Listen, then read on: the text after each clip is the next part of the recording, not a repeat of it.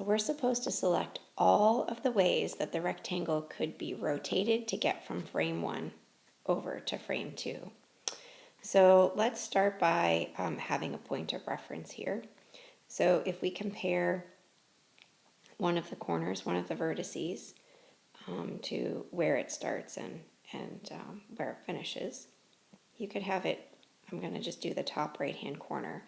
And so that's a corresponding vertex. If the top right-hand vertex starts there and it finishes in this direction, then that means that it had to go counterclockwise. And it went less than 90 degrees because this is sort of at an angle here in this direction. So we know that it would be 40 degrees counterclockwise because it's less than 90.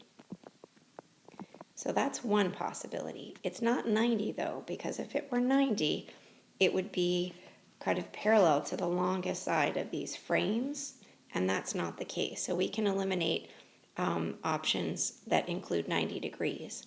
However, we could have it start there and go around to 140 degrees because it could be going in the other direction. So if it were going clockwise, and I'm going to take an arrow and go in this direction, it would be much bigger than 40 degrees. We know it's not 90, and so in that case, because we're going to the left, that would have to be 140 degrees clockwise. So those are the two choices we want to choose.